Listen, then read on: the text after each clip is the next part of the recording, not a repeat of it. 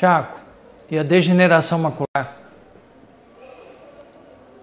Muito frequente, pelo que o senhor falou antes, as pessoas estão ficando mais, estão vivendo mais, estão ficando mais velhas e doenças da senilidade estão aparecendo cada vez mais. A degeneração macular, ela é uma doença bastante frequente, muitos idosos têm, o tratamento é um pouco complicado. Existem dois tipos básicos de degeneração macular, a degeneração seca, que é uma atrofia, é um ressecamento do fundo do olho, o tratamento é bem complicado, e a degeneração úmida, exudativa. A degeneração exudativa a gente tem tratamento, houve uma descoberta de alguns medicamentos que a gente injeta dentro do olho, então para esses casos de degeneração macular exudativa, existe um tratamento bastante frequente com medicações que a gente chama de antiangiogênicas e dá uma melhora bastante importante.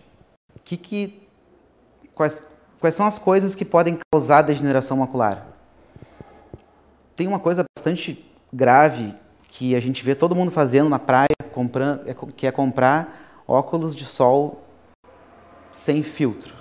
Então, não pode utilizar. Porque o que acontece? Quando a gente coloca um óculos de sol, a nossa pupila dilata e entra mais raios ultravioletas. E o escuro do óculos não protege, o que protege é o filtro. Então, um óculos escuro sem filtro, ele faz mal para o olho. É melhor a pessoa não utilizar nada do que utilizar um óculos escuro sem filtro. Então, é bastante importante, esse é um recado que a gente dá para os telespectadores, não utilizar nenhum tipo de óculos sem filtro. Óculos de sol sempre com procedência. E o glaucoma? Nós recebemos seguidamente no consultório pessoas com glaucoma, né? Daí, hipertensão no olho. Daí temos glaucoma de ângulo aberto, de ângulo fechado. Qual é a diferença entre os dois? São os dois tipos de glaucoma mais frequentes, o glaucoma de ângulo aberto e o glaucoma de ângulo fechado.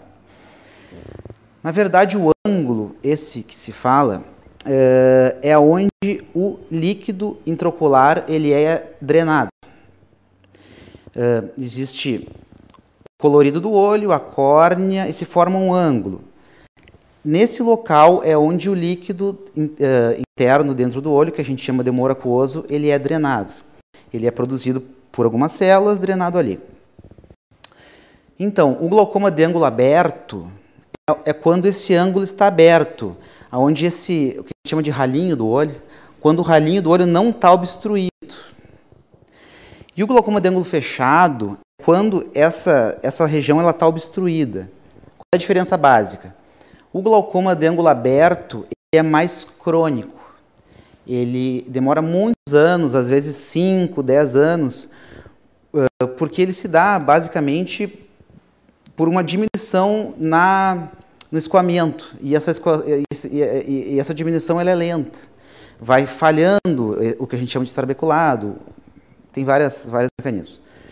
E o glaucoma de ângulo fechado é por uma obstrução aguda.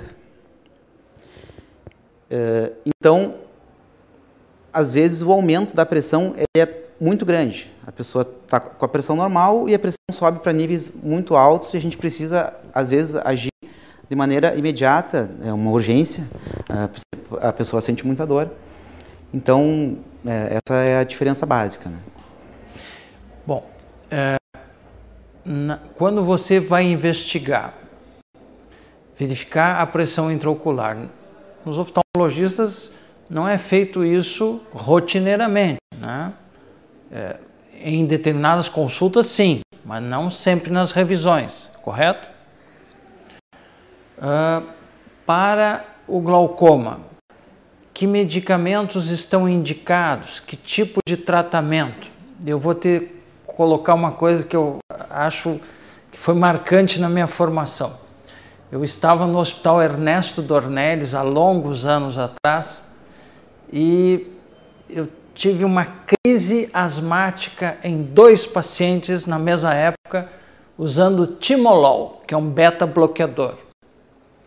e nós fomos para a literatura, não sabíamos por que aquela paciente estava tendo crise asmática, e na literatura descobrimos que era pelo uso do beta-bloqueador do timolol. Então, por que isso é marcante para mim? Porque na época o meu preceptor, que já é falecido, ele estava voltando do Canadá e nós fomos na casa dele para escrever um artigo para a AMI Hicks. Foi o primeiro artigo que eu publiquei, foi numa revista da AMI Hicks em 1984, desses 2 pacientes. E também isso é uma coisa que me lembra muito esse preceptor, porque ele me apresentou o primeiro PC no Brasil, eu não conhecia, isso era 1983 por aí. Então, nessas situações, quais os medicamentos que a gente pode usar sem ter esse medo de efeitos colaterais? Inclusive, puxando esse assunto, houve o falecimento de uma criança esses dias que deu uma confusão e ele foi usar o nebulizador e em vez da medicação própria, ele colocou timolol e a criança veio a falecer. Então, realmente o timolol ele induz bastante o broncoespasmo, a crise de asma. Então, é uma pergunta que a gente sempre faz para o paciente que a gente vai iniciar timolol, se ele tem asma, se ele já teve uma crise asmática, se ele tem broncoespasmo. E a gente, em geral, não utiliza. A gente tem várias classes de medicamentos para o glaucoma e o timolol, o beta-bloqueador, a gente utiliza bastante, é um medicamento bastante utilizado, mas para o paciente asmático a gente não utiliza, a gente usa outro. Daí. A gente nunca inicia para um paciente com crise asmática, que já teve crise asmática. Paciente com glaucoma, investigação, ela inclui exame de carótida? É interessante, porque às vezes algum distúrbio vascular pode estar atrapalhando a irrigação do nervo óptico e às vezes aquele paciente que está evoluindo mal e a gente não sabe por quê, porque teoricamente ele estaria controlado e ele está piorando, ele pode estar com uma carótida obstruída e atrapalhando a irrigação do nervo óptico. Isso pode ser uma causa, sim, de piora na doença. Bom, nós temos, então, um olho ali que tu trouxe, né? E ele está de olho em nós, né? Então, nós vamos chamar ele aqui para te demonstrar para os telespectadores, né, de forma didática, como funciona o olho. Bom, as partes básicas do olho e tudo que a gente examina numa consulta rotineira de oftalmologia é a córnea, que é a parte mais externa do olho, que é mais ou menos como se fosse o vidrinho do relógio. Ele é um tecido transparente, no qual a luz que vem de fora, ela entra dentro do olho e, sendo transparente, ela deixa a luz entrar, mas também serve de proteção. A gente tem aqui a parte colorida do olho, que a gente chama de íris. No meio da íris, a gente tem um buraquinho, que também deixa a luz passar lá para dentro. E esse buraquinho da íris, que é o colorido do olho, a gente chama de pupila. Atrás da pupila, a gente tem o cristalino. O cristalino é uma lente interna que tem dentro do olho, ele fica atrás da íris. E essa lente serve para ajudar o sistema óptico a convergir, a trazer as imagens aqui para trás. Essa lente ela tem que ser transparente. Com o passar dos anos, ela vai ficando opaca e a gente chama essa opacificação de catarata. Dentro do olho tem um gel, que a gente chama de humor vítreo. Ele preenche o conteúdo interno do olho. Lá no fundo do olho tem a retina, que é a parte que recebe as imagens que chegam de fora e analisa essas imagens e leva para o cérebro. E isso, a retina toda ela converge para o nervo óptico. Então, a gente examina todas essas partes, córnea, íris, cristalino, retina e o nervo óptico. Muitas vezes, o paciente vem para uma consulta de rotina, a gente examina o nervo óptico do paciente e a gente desconfia do glaucoma. Então, a maioria dos pacientes que tem o glaucoma diagnosticado não sentem nada.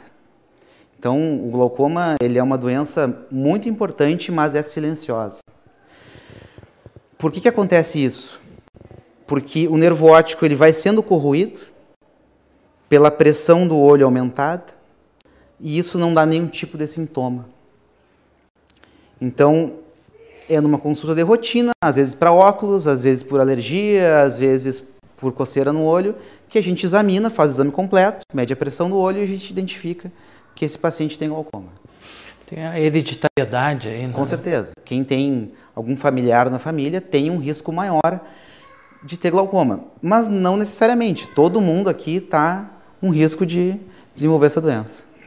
Bom, nós vamos para um breve intervalo e depois voltamos com outras perguntas para o Dr. Thiago sobre catarata, que é impressionante a quantidade de pacientes que hoje são operados de catarata, e sobre descolamento de retina, porque nós estamos em época de Copa do Mundo, e eu me lembro do Tostão, quando ele levou uma bolada e descolou a retina.